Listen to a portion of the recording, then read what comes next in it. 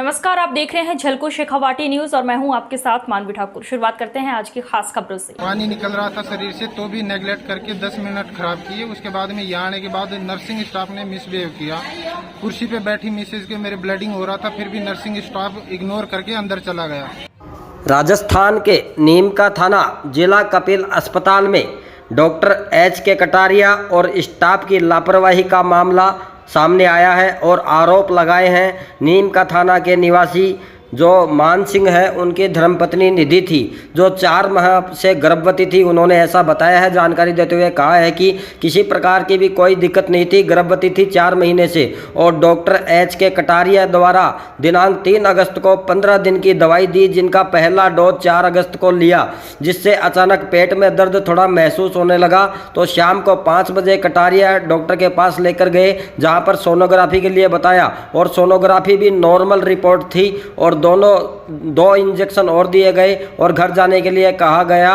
लेकिन घर पे आने के बाद ज़्यादा दर्द महसूस होने पर कटारिया जी की डॉक्टर के कमरे पर दोबारा गए पेशेंट और इसी दौरान पानी शरीर से निकलने लगा। जहां डॉक्टर कटारिया व अन्य मरीजों को देख रहे थे, उन्होंने कहा कि मैंने इमरजेंसी पर बताने पर भी मुझे अपनी पत्नी के साथ बाहर इंतज़ार करने के लिए बताया, जो वहां पर सीसीटीवी में रिकॉर्ड होगा। इसके बाद उन्होंने गर्भपात के लिए बोल सरकारी अस्पताल में जाने के लिए बोला और गर्भपात करेंगे ऐसा कहा और कहा कि मैं आता हूं थोड़ी देर बाद, परंतु 8 बजे तक डॉक्टर कटारिया यहाँ नहीं आए। उन्होंने ऐसा कहा पीड़ितों ने। और इसी दौरान अस्पताल नर्सिंग स्टाफ मौजूद नहीं था। मेरी पत्नी कुर्सी पर ब्लीडिंग होने लगी तो मैं आवाज़ देने लगा, तब 2 नर्सिंग स्टाफ आकर बोले, क्यों चिल्ला रहे हो, हम 5 का स्टाफ किस किस को देखेंगे, जाकर शिकायत करो, स्टाफ नहीं है। और डॉक्टर कटारिया को बुलाने की धमकी देने लगी।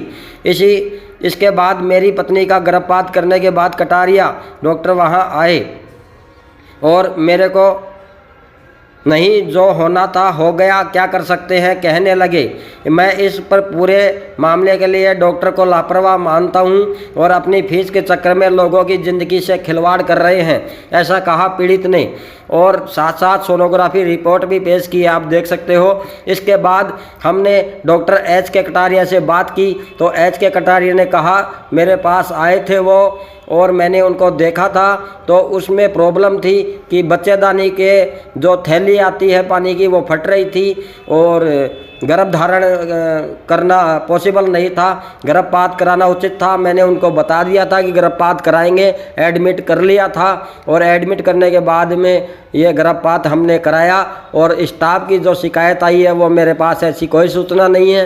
हॉस्पिटल में लाइट भी नहीं जाती है, हमेशा 24 घंटे जनरेटर चलता रहता है, ऐसा डॉक्टर कटारिया ने अपनी सफाई में कहा है। अब देखते हैं कि मामला ये पीड़ित अगर जो आरोप लगा रहे हैं वो कहीं ना कहीं सत्य है, क्योंकि उन्होंने कहा है कि आप मेरी सोनोग्राफी रिपोर्ट देख सकते हो, जो मैंने डॉक्टर अरुण के पास करवाई थी। उन्होंने भी कहा था कि सोनोग्राफी रिपोर्ट नॉर्मल है। और अब मेरी पत्नी के साथ इतना पीड़ादायक हुआ और जो 4 महीने का पेट में बच्चा था वो भी चला गया। बहुत दुखी हूँ, मुझे न्याय चाहिए, ऐसा पीड़ित ने कहा है। डॉक्टर ने भी अपनी सफाई दी है। यूनिफॉर्म में थी, सिर्फ नॉर्मल ड्रेस में थी।